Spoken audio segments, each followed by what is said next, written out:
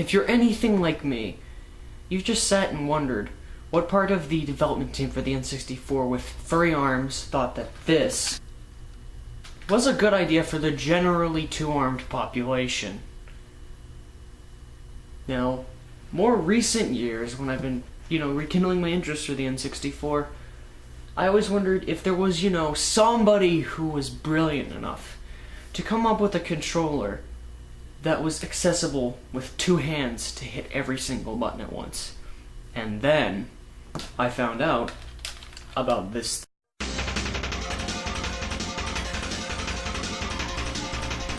What we have here is the SuperPad 64 Plus, right next to a regular N64 controller, just for, comparison differences. Now we can just push this out of the way. Let's focus on the important part, this thing, because it's what we're reviewing. Now, this is a third-party controller for the N64, obviously, and I got it for about $15. You can find it somewhere between $15 and $25 online nowadays.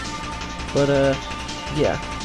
I was a little skeptical when I heard about this controller and when I ordered it, because I had played with another controller that was called a SuperPad, and it looks a lot more like this thing, except gimpier and had really terrible parts.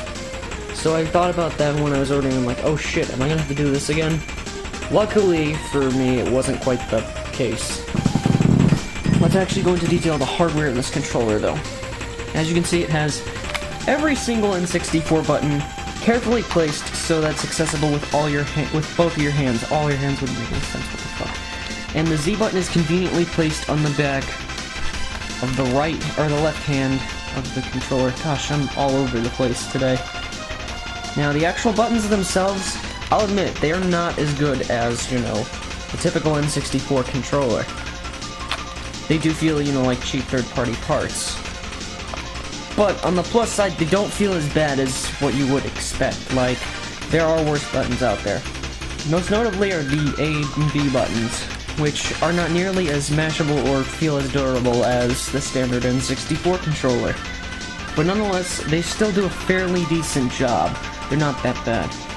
What's important to talk about, because this is an N64 controller, is this motherfucker right here. Because N64 controller sticks die really easily. This control stick, however, feels very different from your typical N64 control stick. The regular N64 control stick feels a little more spring-loaded, whereas this one doesn't. It feels a lot more like, I'm not sure what the word is, it feels like more directional when you push it, like there's not as much spring control to it, and you can move it in specific directions as opposed to all over the place with this thing. It's hard to explain. That being said, the control stick isn't bad. I was expecting it to be a lot worse, and I was pleasantly surprised. The tip of the stick is a little uncomfortable, but you'll get used to it for the most part, and something tells me this isn't going to be a primary controller for somebody.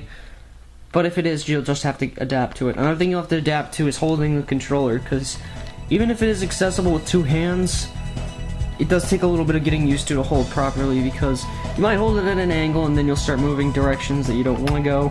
So this is definitely a controller that takes some time to get accustomed to, and that's the biggest thing about it, other than the fact that, the buttons. But yeah, it's pretty cool though to see somebody actually put a controller together that actually allows you to use both hands to hit every single button, instead of having to alternate on the regular N64 controller.